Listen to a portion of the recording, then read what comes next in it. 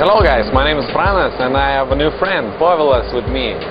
This time a Boeing 737 Classic got into our hands, so we want to show you how to do a cold and dark in it. Let's go? Yes, let's move. I don't know about Povilas, but I would like some lights. So to do that I'll check 8 items.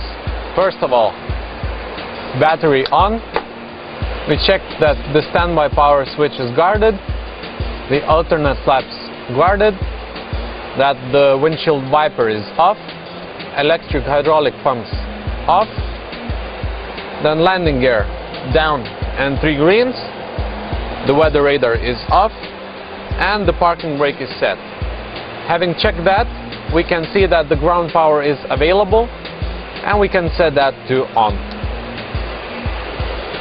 Okay, as we have the ground power on, we can set all the lighting.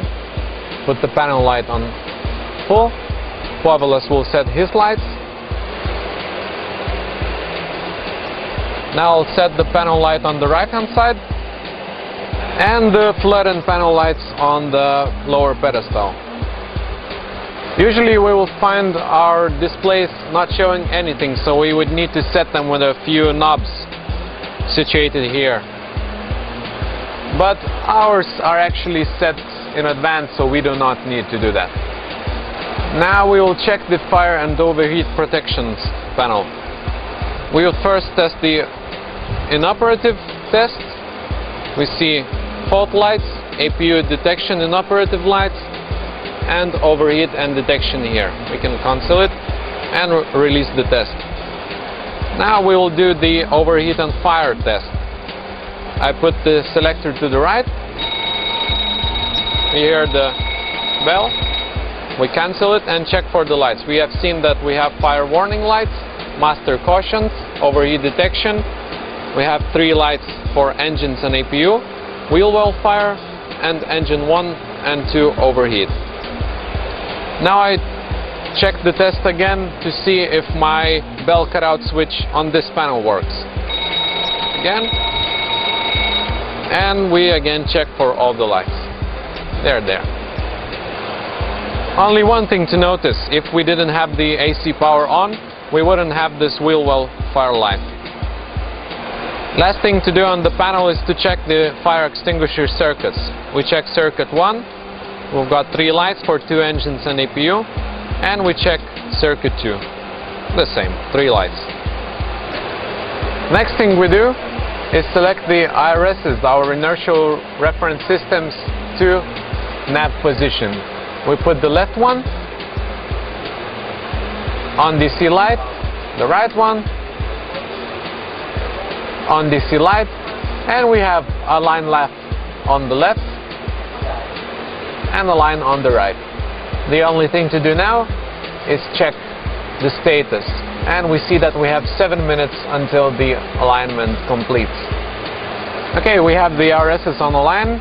We can start the overhead scan. We start with checking evacuation on armed, that we have the flight control, spoilers and alternate flaps guarded. These lights are okay. We check that the yaw damper is on, that we have all the instrument transfer switches to normal. We have fuel valves closed, crossfeed closed, and now we select the left aft pump for the operation of our APU, which we can start now. Put it to on and to start for 3 seconds.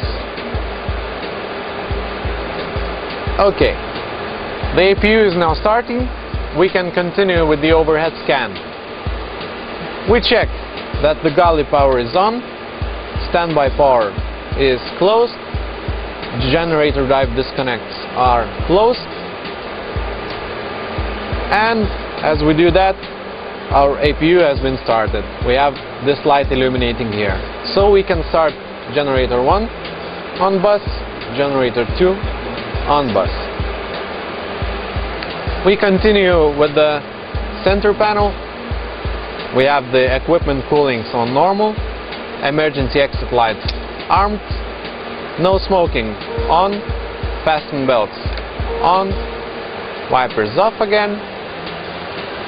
We go forward to window heat. We select window heat to on, all four lights are